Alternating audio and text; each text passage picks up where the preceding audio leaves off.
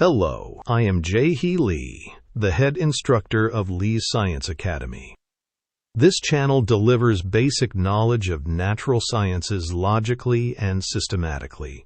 Also, it systematically delivers the mathematics necessary for studying science. Therefore, this channel is not a lecture focused on simple memorization. In short, it is a studying channel, and I hope it helps you greatly in advancing your studies.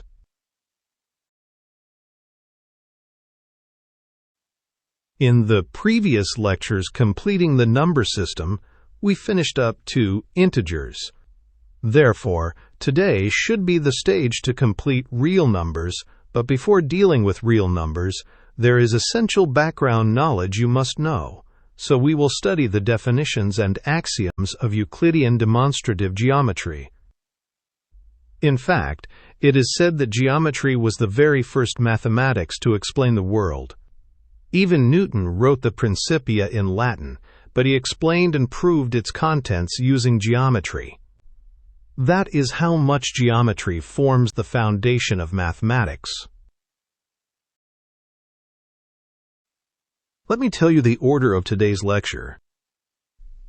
We will look at how the knowledge system of mathematics as a 100% abstract discipline is structured and examine how Euclid defined contents related to figures.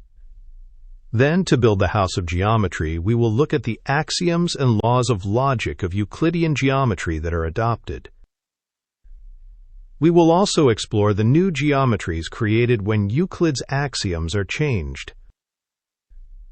In this video, we will only cover the definition part, and we will continue studying the axiom part in the next video.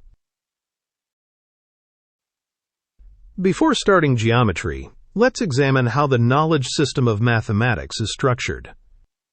The main objects of mathematics are numbers and figures are 100% abstract entities. For content on abstraction, please refer to the recommended lecture, the abstraction process video in the description box below. Mathematics is also a 100% abstract entity and can be defined as a knowledge system built by stacking theorems on top of definitions and axioms. The definitions and axioms mentioned here are contents we studied in the abstraction process. A definition is the name given to a concept grasped during the abstraction process. Later, we will study many definitions set by Euclid. An axiom is defined as a proposition accepted as true without proof. Here, we will define a theorem anew. If we newly define a theorem, which is built upon definitions and axioms, a theorem is defined as a proposition that is deductively proven to be true regarding mathematical principles. It is a proposition with a true value. Since mathematics is a 100% abstract discipline, mathematical proofs exclusively use deduction, not induction.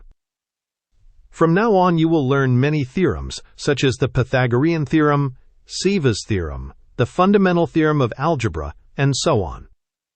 In fact, learning mathematical knowledge can be said to be learning theorems, regardless of how the propositions are expressed.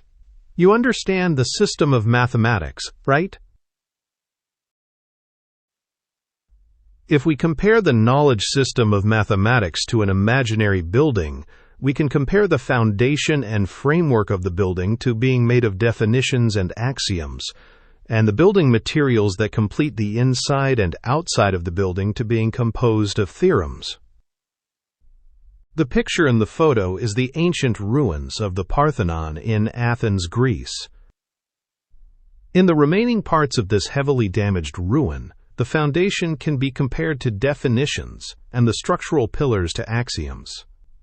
To restore this building in a modern way, many theorems are needed as interior and exterior materials. Please thoroughly understand the interrelationship among definitions, axioms, proofs, and theorems in the knowledge system of mathematics. In Euclidean geometry, Euclid is a Greek mathematician who was active around 300 BC.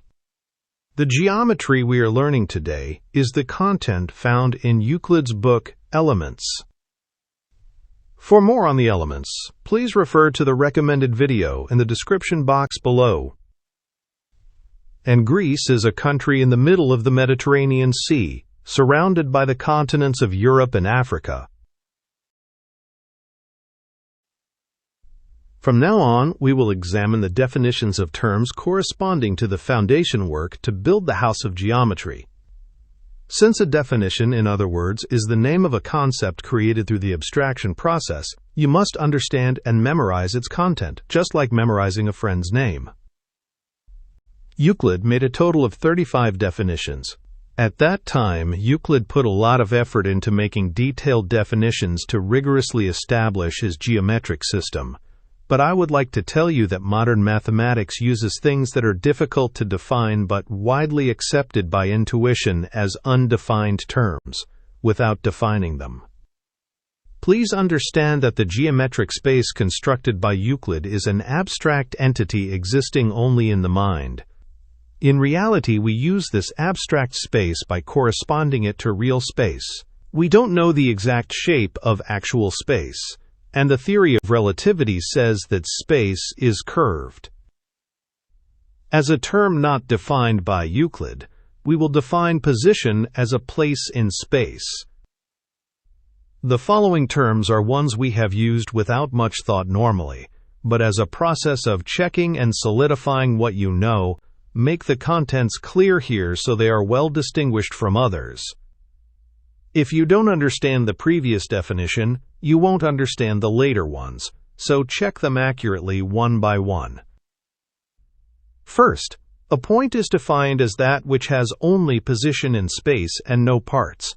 It can exist even without parts, because it is an abstract entity, and despite having no parts, a point functions to indicate a position. It will be used a lot in mechanics from now on. Second, a line is defined. The English translation defines it as length without breadth. The definition that a line is a continuous collection of points is wrong. This is because a point has no parts. Examples of lines include infinite straight lines, rays, line segments, curves, and the locus of a moving point. A locus is not a collection of points. It is the path passed through. Thirdly, the extremities of a line are defined as points. In other words, a line becomes the space between a point and a point.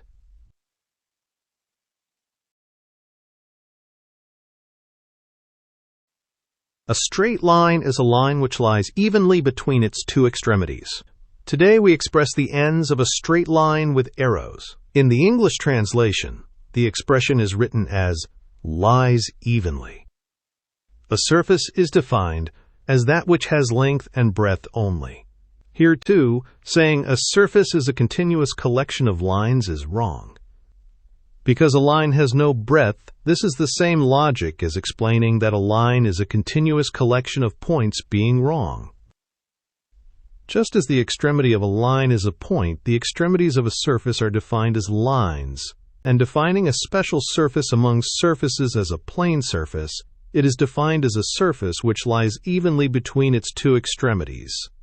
Just like the definition of a straight line, the English translation expresses it as lies evenly.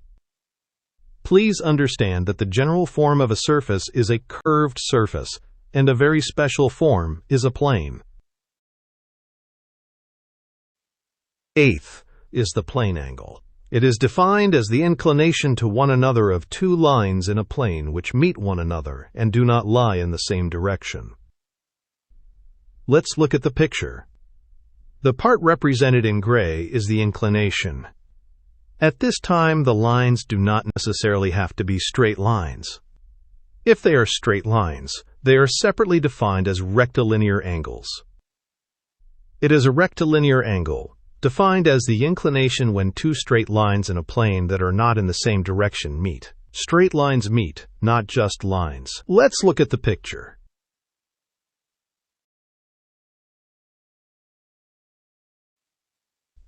Right angle and perpendicular. When a straight line meeting another straight line makes the adjacent two angles equal to one another, each of the equal angles is defined as a right angle, and each straight line is defined as perpendicular to each other. Expressed in a picture, when one straight line meets another straight line and the adjacent two angles are equal to each other, that equal angle is called a right angle, and each straight line is defined as perpendicular to each other. From now on, perpendicularity is indicated by a right angle bracket shape.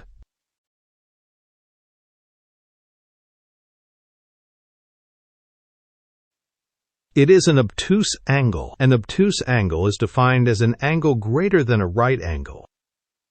An acute angle is defined as an angle less than a right angle. Looking at the picture, a right angle was defined as when the two adjacent angles formed by two straight lines meeting are equal. If they are not equal, one side becomes greater than a right angle and the other side becomes less than a right angle. At this time, distinguishing the larger side and the smaller side, they are defined as obtuse and acute angles, respectively. A boundary is defined as the extremity of anything. 14th, a figure is defined as that which is contained by any boundary or boundaries.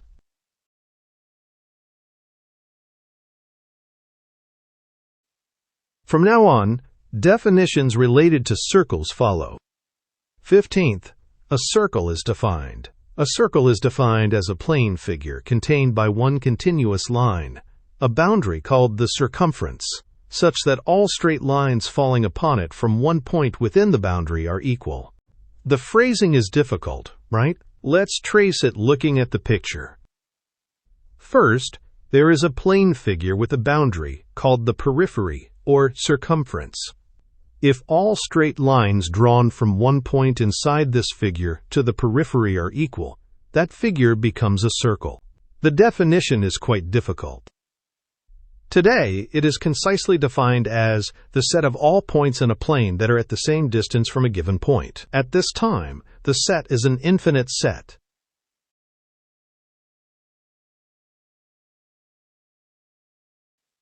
Sixteenth, the center of the circle is defined as the point within the boundary from which all straight lines drawn to the circumference in the definition of a circle were equal.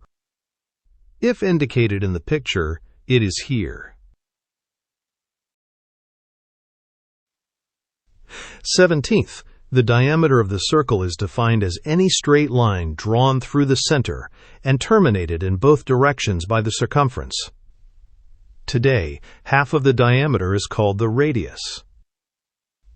Half of a circle, a semicircle, is defined as the figure contained by the diameter and the circumference cut off by the diameter. Let's look at the picture.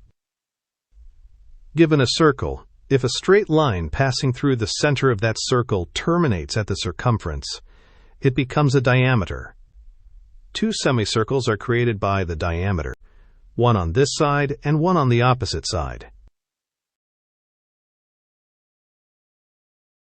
19th is a segment of a circle, that which is contained by a straight line, which is a chord, and a circumference part cut by the straight line. Given a circle in the picture, this part is the chord. Even at this time, two segments are made by the chord.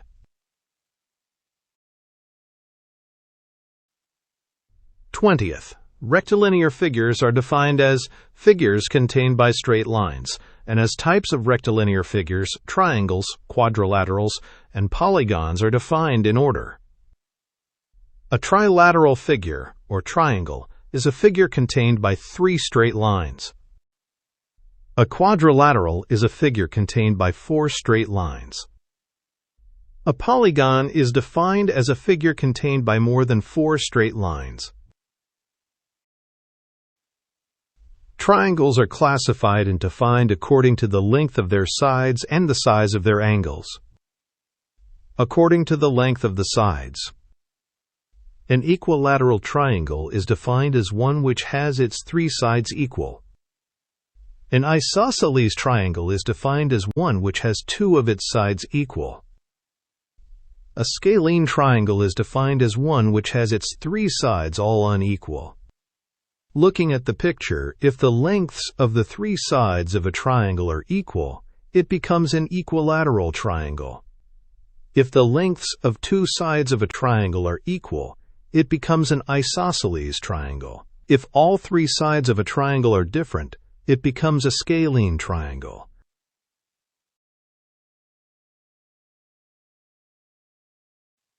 If we classify triangles according to the size of their angles, a right-angled triangle is a triangle having one right angle, and this is the shape of the figure. An obtuse-angled triangle is a triangle having one obtuse angle, and this is the shape of the figure. An acute-angled triangle is defined as a triangle having three acute angles, and this is the shape of the figure.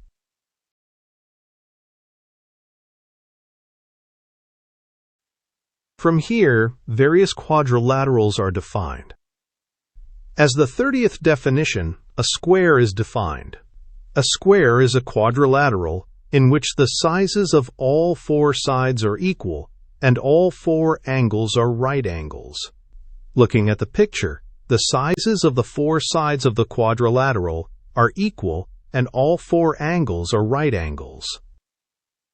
A rhombus is a quadrilateral in which the sizes of all sides are equal, but all angles are not right angles. In the picture, the sizes of the four sides of the quadrilateral are equal like a square, but all four angles are not right angles.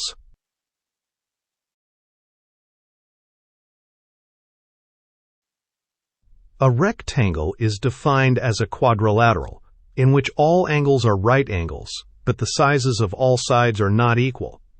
A square has four equal sides, but since a rectangle has four right angles, only the two opposite sides are equal in size.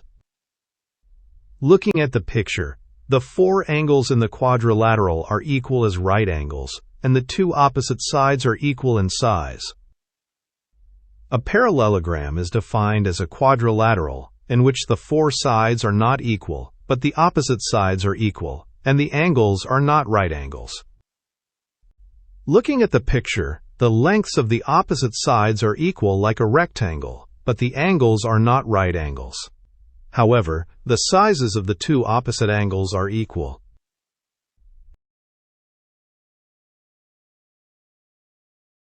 Trapezia are defined by lumping together the remaining quadrilaterals of other shapes not defined so far. In modern mathematics, a trapezoid is added as a special quadrilateral, defined as a quadrilateral in which one pair of opposite sides is parallel to each other. A parallelogram in modern mathematics is simply defined as a quadrilateral in which both pairs of opposite sides are parallel to each other.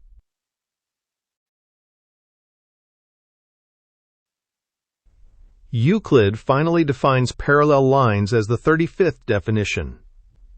Parallel lines are two straight lines in the same plane that never meet, even if extended indefinitely, in both directions.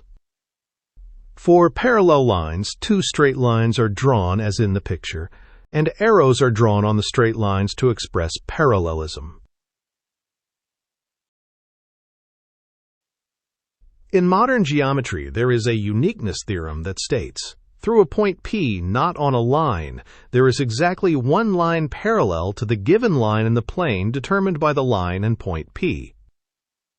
There is a straight line, and the straight line drawn parallel from a point outside the line is only one.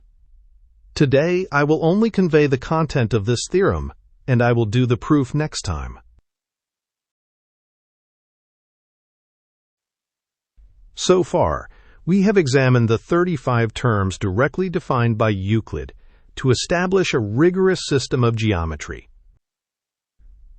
Euclid intended to deductively build his geometric system by laying axioms on top of these 35 definitions. We will continue with Euclid's axioms in the next video. This concludes today's lecture. Thank you.